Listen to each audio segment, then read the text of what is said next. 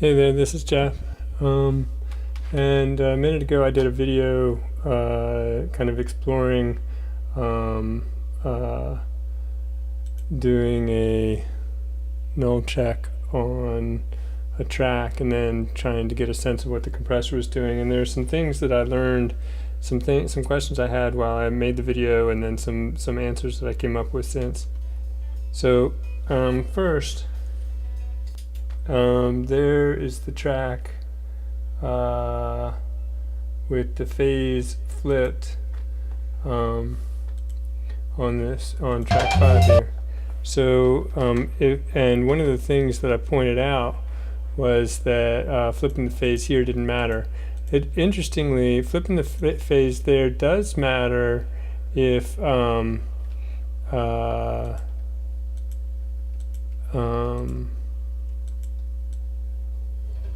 if I bring both tracks up so you can hear them like this, and then I flip the phase of one, it matters. So what that means is that this phase only matters for the internal routing in the UCX. It doesn't change the phase of what gets recorded in Sonar, because in Sonar, when the phase isn't impacted by flipping the phase on the input into the UCX. Okay. Another thing that occurred to me is that I didn't so I had been playing with my DBX compressor before I started making the recording. So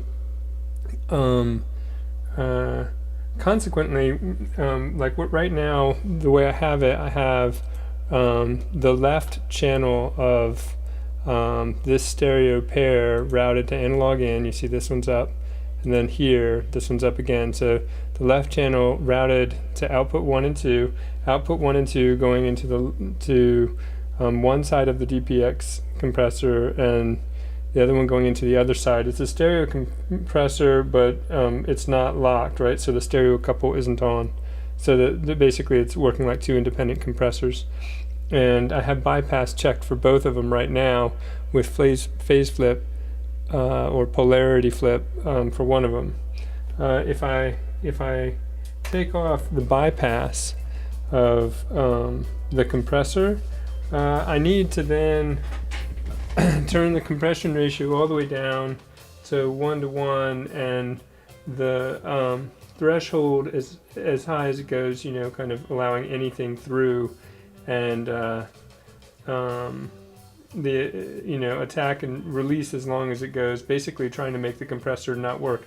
And if I change the input knob here, this is the output gain knob, this is the output gain knob on the side of the compressor where the compressor is now enabled, and I want to get it as close to quiet as I can before I start doing the test. Okay, so that's pretty close to quiet. And now when I start to apply compression, right, so I turn up the compression. Now that's what's being compressed. So I didn't go through that before. I also wanted to point out that you can play with the limiting of it. So if I turn on peak stop plus, which is a limiting feature of this particular compressor, and I bring that limiter down to 0 and then push the gain on it, I can make a crackle like that. So the input signal is not clipping. You can see that here on channel 5. It's kind of high, but it's not clipping. It's obviously much less dynamic range than 6, which is the uncompressed channel of the same thing. But that's the limiter doing its thing. And that's on purpose, right? That's what you want a limiter to do when you go up above your point there. And then you could see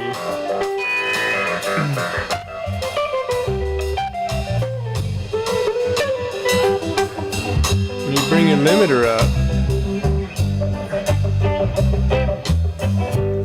you can see there about how high you can get your limiter before you clip.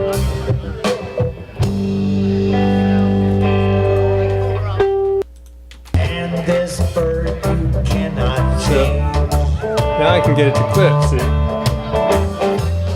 Oh Lord. Come back limiter up just a little bit so I'm not clipping. And now I got plenty hot signal, but it'll never clip, and then I can back down the output gain so that I'm not forcing it to slam against the limiter all the time. And that tells me where I want my limiter setting set to get a good strong signal into my interface without ever clipping the interface.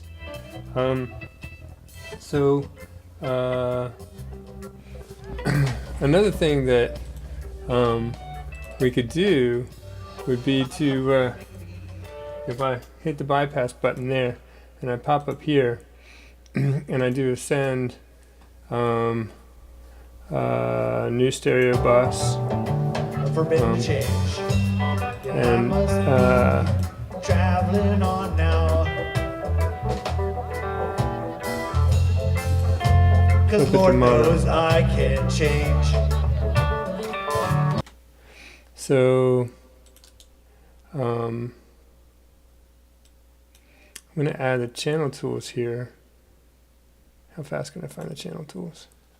And I'm going to get a phase flip there, and I'm going to add another send. I'm going to make it mono. We don't need the channel tools.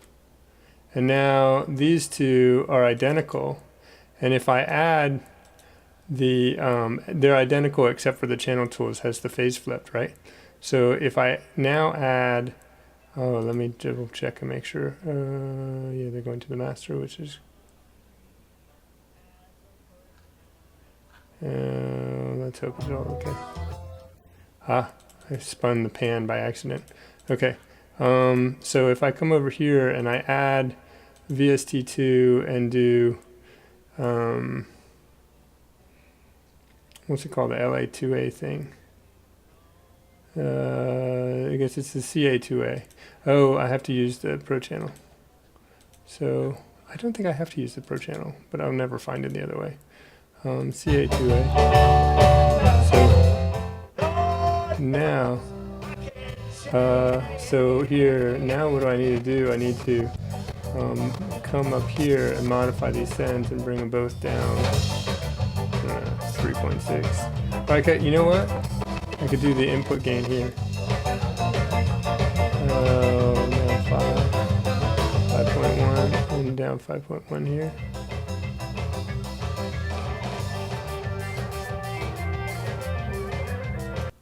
So with the CA2A off, we get exact canceling.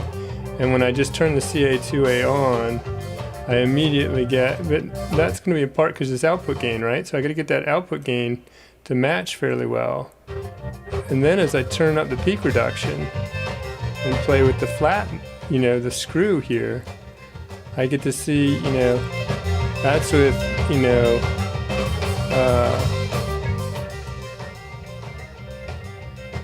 that's the high frequency screw, whether or not to compress the high frequencies.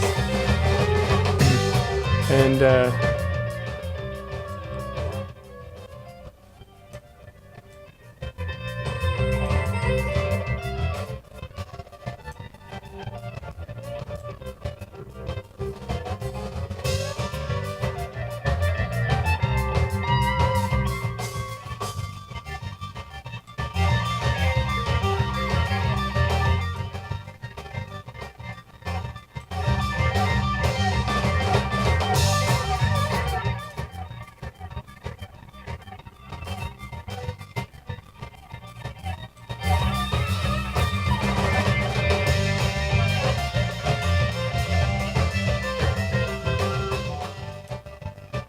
it's interesting because